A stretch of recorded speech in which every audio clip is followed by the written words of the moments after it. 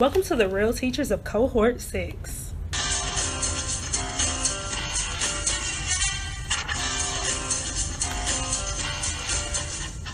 Good morning and welcome to the Real Teachers of Cohort 6. Today is April 13th and we are here live at Sam Houston State University. This is Destiny Wells speaking, and today on my show we're going to be talking about NTAS standards. I brought along some guests with me today. I have a couple of my colleagues here, Jasmine, Tamia, and Grayson. So Jasmine, tell us a little bit about that. Good morning, everyone. This is Jasmine Villarreal Contreras. I'm just here today to catch up with my old friend Destiny. You know, Destiny, I'm really sorry I haven't been communicating with you well lately. I've just been so caught up with everything in life. We used to collaborate on so many different things, and I just miss that. Oh, that's okay, Jasmine. I understand how life can get pretty hectic, but I do think that it's important for people to collaborate every once in a while. You know, I was actually reading something the other day, and it was about how teachers collaborate with families, communities, and other professionals. And I think it's very important to know how our educators of the world can do that. I believe it was a document by Rutgers, the State University of New Jersey, that stated that all family activities connect to what students are learning.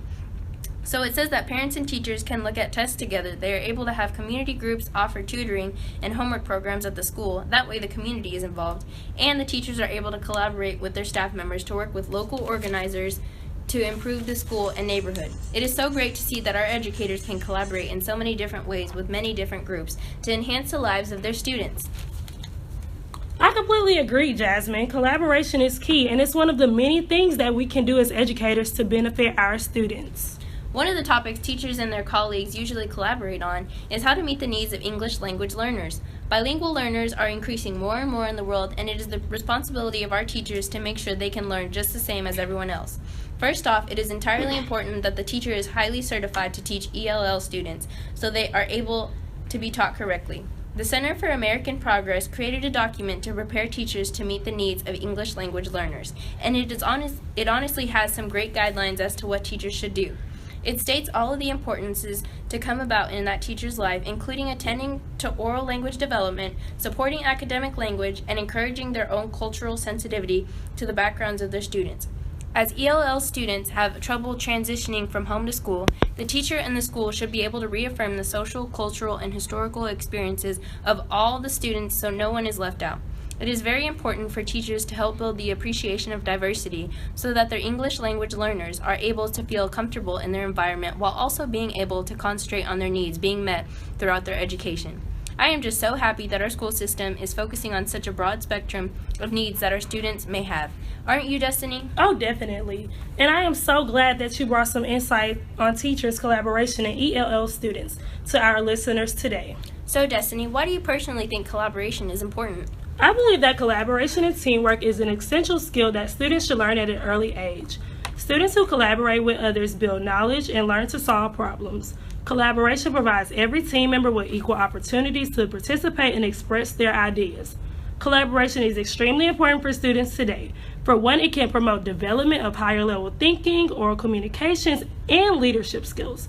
When students are placed in collaborative groups, the teacher can focus on the small group one at a time and from there be able to assist and accommodate students' needs. While working in collaborative groups, students are able to learn from each other. Oftentimes, as a student myself, I don't get certain topics. I tend to seek my classmates for help. Monique Devane, an expert from Weatherhead School of Management and Case Study, who is now head at the college preparatory school, says that encouraging students to reach out to one another to solve problems and share knowledge not only builds collaboration skills, but leads to deeper level thinking and understanding. Therefore, as for collaboration in the workplace for teachers, it is also just as important to collaborate with each other so that their students can perform at their best. Educational researcher Perry Graham created 4 steps that educators should follow for effective collaboration in the workplace. Step 1 is forming. Educators should come together as a team and develop processes for how their group will function. Step 2, storming. While in collaborative groups, educators should brainstorm and help share ideas for each other to learn from one another. Step 3, norming. Once educators collaborate, they should see an increase in productivity, and now they should be ready to perform, which leads to the last step, 4, performing. In this stage, they should be able to apply what they have learned throughout their schools and now reach their goals. That indeed is a great insight and viewpoint on collaboration. So how can teachers ensure instructional resources are appropriate for his or her learners? Once again, this goes back to collaborating and using the methods Graham have created. Teachers most definitely should use each other as a source for their instructional resources, which are appropriate for their learners. Not only should teachers seek help from one another, but they should also try out their resources on their learners. See what's effective or what isn't working well with the students. Then from there, evaluate your methods. And as soon as you should be able to have appropriate resources available for your learners. As I conclude my message for today, I would like to express that for productivity and stellar results, collaboration is key for both students and teachers. It challenges mindsets, self-improves, and gives both the motivation to be their best. So now I would like to bring my friend Tamia into the discussion. Tamia, how do you feel that your mindset has been challenging? Actually, I've run into a dilemma this semester. I'm having a difficult time finding ways to connect the science curriculum to the students' everyday life. I want them to know and understand that science is everywhere around them and know how it applies to them every day. After doing research, I find a great way to grasp the students' attention more would be to create different hands-on activities that concerns the topic in which I'm teaching. For example, if I'm teaching about plant life, actually allowing the students to plant and grow flowers and showing them the way of plant life, it will give them a hands-on experience on how to grow flowers. A great quote from education expert Carla Ritchie states, "If students don't find school engaging, empowering, and interesting, then they are not interested in performing." I agree with you, Tamia.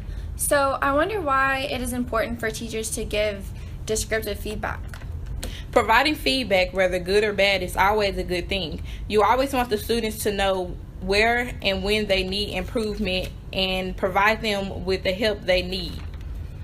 When giving feedback, be sure that it is on the learning task and not personalizing the students. Also, giving the students feedback can change the way they are learning. A great quote from Jack Canfield was, only critical feedback gives us insight on what to potentially improve. So Grayson, why do you think planning goals in the classroom are important? Planning goals in the classroom is important because you are setting the standard, but you should help each student set their own goals and let them know your expectation.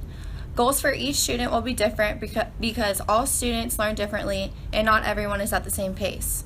If you set goals for your students, it will help them strive in their education and they will work harder to accomplish that goal. According to Carnegie Mellon University, thus being clear about our expectations and communicating them explicitly helps students learn more and perform better. So do you think it is important to adjust plans as well? It is important to adjust plans after you set goals for you and your students, and that you continue to make sure they are on the right track, keeping up the pace to accomplish their goal. If something is not working for a specific student, it is your job to adjust the plans for them so that they have an easier time learning or completing an assignment without any struggle. Also, according to Carnegie Mellon University, knowing what and how to change requires us to examine relevant information, like when the student population has changed or when something is not working. Teaching requires adapting. So after setting their goals and achieving them, do you think it is important for them to demonstrate their knowledge? I'm glad you asked that, Tamia. According to Stanford University, it is important to have your students involved in active learning. That means students engage with the material, participate in class, and collaborate with each other.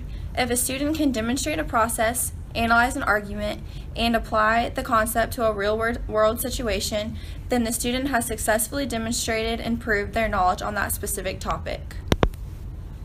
All right, guys, thank you all for tuning in, and that's all we have today on The Real Teachers of Cohort 6.